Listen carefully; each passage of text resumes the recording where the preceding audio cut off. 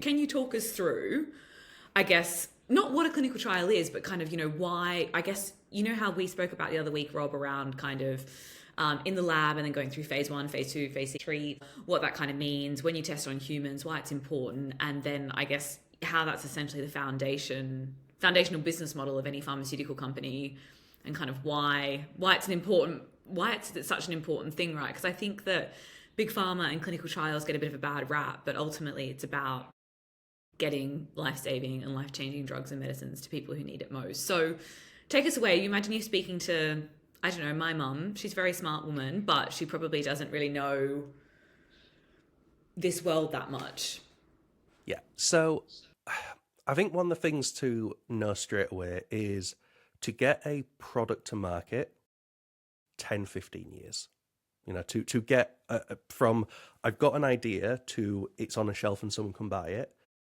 We're not talking an overnight. We're not taking a couple of years. We're talking many, many years. To just get to the point of dealing with a human being, a participant, a patient, that in itself could be 5 or 6 years. It goes through so many things with, your classic R&D of people in white lab coats doing, science and looking at research models on computers, to the bit we never like to talk about, but the preclinical, as it's now called. When I was doing a lot of it, was toxicology, basically the animal testing, before we even get into humans, make sure it's safe.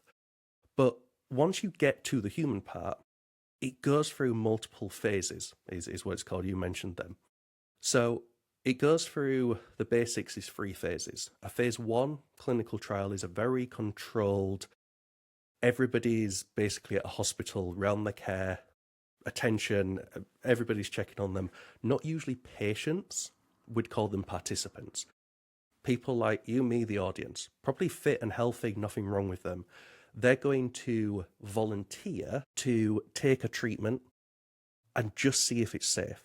The last thing you want to do is give someone who's ill something that could have a side effect.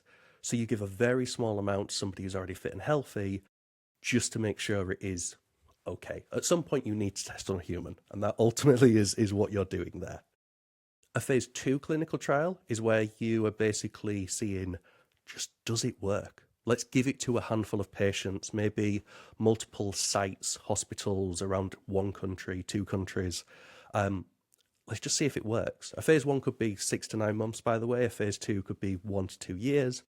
And then we get into what's called a phase 3, which is, I'm sure everyone's heard Where of it these. gets exciting. These are your massive, great, big, multi-country, thousands of patients all over the world taking this, this pill or this treatment every single day, and they're lasting 3, 4, 5 years. And there are stages to pass before you do the next one.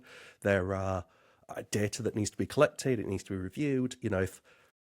If you test it in a phase 1 and suddenly everybody gets ill, you're not going to go into a phase 2.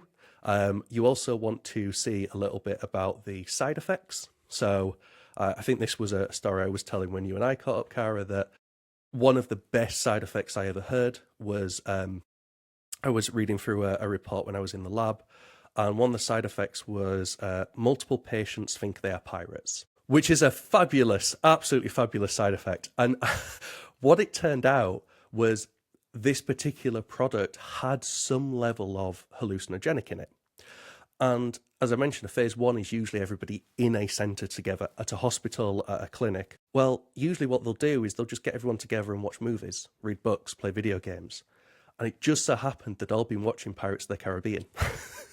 They've been watching Pirates of the Caribbean, all taken this product. The next day, all of the nurses and the doctors are speaking to pirates, and they're like, what on earth has gone on? But it's down in the side effects, of may think they're a pirate. Oh, eventually, of course, it was changed to, slight hallucinogenics, and we need to look at this, this, and this. But they're the things that you're testing. So does that at least give a broad idea of the clinical trial space to then really dig into the regulations and the patient safety and everything else?